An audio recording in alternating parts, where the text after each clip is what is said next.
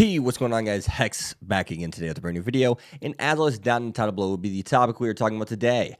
So, Tower of God episode 11 has dropped, and now madness has occurred. Oh man, going into this episode, and not even going in, you know what? I take that back. Whenever I was actually going in, like literally into the episode, I was just kind of like, I do need a little bit more oomph to make me care about this scene. I was like, Tower God, I love you and what you've done, but I do need a little bit more oomph to really see what's gonna, happen in this scene and give the scene more of a threat, more of a hey, this is a big moment. And slowly but surely the show did do that, or this episode specifically did exactly that. Looking at the show, the first scene that really comes to mind that really just set the tone for the show was the Shibisu scene, and Kun, once again, since Kun's just such a terrific character. He says, "Why are you helping Bam?" And I think a lot of us actually did have that question for the last episode. Why are these people helping Bam? Some of these people haven't even been showcased to truly have that moment that gave them a connection to Bam. And I look at that and I say, yeah, you guys are right. The people who question that, absolutely, you're right. And the thing that I find so damn amazing is the fact that they tied it in a nice little knot, saying, well, Kun, I'm here because the old hag that left last floor. She said something to me, and that something was, Bam has everything we don't. He has everything we want. Bam has everything that we came to this tower searching for. That innocent mind, those eyes that know no doubt, nothing but a genuine person that truly knows nothing other than love and compassion and caring for others, even if those, said other people don't care for him nearly as much or at all. And that's crucial. It showcases how they are drawn to Bam due to the fact that he has what they want. So, yes, he directly can't give them necessarily what they want, or maybe he can in a sense, or maybe he has in a sense, hence Bam's wish, discussing how at the top of the tower, what he told the administrator he wanted was everyone that's in that party with him right now smiling and eating. And clearly that's not going to be able to happen. Bam's gonna go through some suffering. We lost 2 victims this episode. We saw that the bull is something that the rankers even don't want to mess with unless it's certain rankers with certain abilities, as we do find out that, well, we lost 2. Was it Datare and the other? I can't remember exactly his name. I do apologize for that. But we lost 2 people already.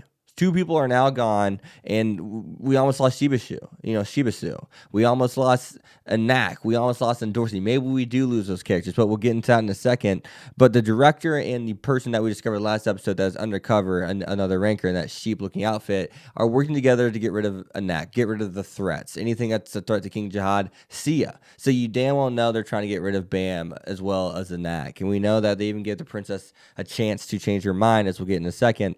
But we see all these things coming together, and it's really making me dislike the director, and there's nothing they can do about the director. He's way too strong, and the director's an absolute genius too in his own right. Maybe not as much as Kun, but he's most definitely seemed to be knowing what Kun's been up to. He understands Kun. He gets to watch Kun from third person. He gets to see how he operates. He gets a perfect perspective.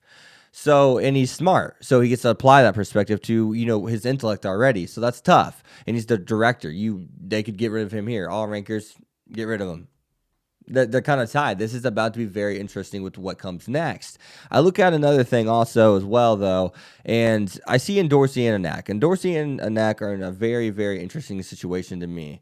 Personally, because we know these two do truly like each other. We figure that they get a mutual respect after the first time they fight one another. We get to see showcased how Endorsi most definitely does care about Anak. She's just hiding. And you know why she cares about Anak? Because of her mother. She even made a statement, stating your mom was actually a good person, not exactly word for word what she said, but she implied the same exact things, saying that her mom actually wasn't a half bad person. She treated her with respect all the time. She treated Endorsi awesome. Endorsi hinted at that. She didn't straight out say it. She kind of had to throw up and say it, but Endorsi is a person that damn well knows how she was treated, and she's not gonna, try to disregard that. Clearly, even whenever she tried to, she couldn't fully do it because someone was genuine to her, and she can't. Endorsi is a person that will accept a genuine person, even if she wants to play the whole game as if she doesn't want to accept that said person. That's not how it works at all. We know how Endorsi works now. We've indirectly been slowly but surely, how she does gravitate towards Anak, how she is climbing this tower for Anak now. And excuse me, I have to adjust my mic. But we see that, we know that's a thing now. So looking at other things, though, I do got to say, I think this episode is doing a great job of really putting everything together. The music was awesome. Shibasu almost getting eaten, then saved was awesome. I love the whole animation, and I love the slowdown. I love the speed up of that scene. I love all the things they did right there in that scene, and I think that's kind of how it should be done. That's every time. I think that's how it should be done. Every time on a lot of different shows. If you're going to not use a lot of animation, then use animation to your advantage. Use animation to what's going to allow you to have the best, product and or scene you can have. And I see this new studio from Korea doing that. If we're not using a lot of animation, we're going to use animation and, effects in a cool way. We're going to give you a camera angle if we're not going to give you animation. And we're going to slow it up, and then we're going to speed it down all in the same scene in order to make the scene flow really well, well together with the music and give you some kind of dramatic kind of feeling to that said scene. It doesn't always have to be done with great animation, clever animation. Smart camera angles also do that, and this show is hitting on all those little subtle things, in my personal opinion. Whatever it lacks, it makes up for in just choreography in general. In the way they orchestrate everything is really well done. The music, with Shibasu's kind of dialogue to the two victims of the party getting eaten without them knowing, to Shibasu noticing that, Kun noticing that, the music dropping, the bulls there. Everything. I love that. It was great choreography. It was well done. The Anak scene and Endorsi scene, saying, hey, redeem yourself, Endorsi. Take Anak's life, and you'll redeem yourself. Do that, and you will redeem yourself. So I think that's all really good stuff. I'm really excited to see what's going to happen, later on this episode. Not episode, but the series. Sadly, next week is the last episode of the series. I believe it is just 10. Dude, I gotta figure out this mic arm. I don't think that explains it. I didn't put the screw in. So other than that, that's the end of the video. So let's end it right here. As always, guys, you guys have been hexed. You have been I don't know if you guys have been hexed. You've been Tower of Godded, okay? So other than that, though, guys, leave a like, comment, subscribe, follow me on Twitter, X25, at X25. Yeah, I'll see you guys. This ending was rough.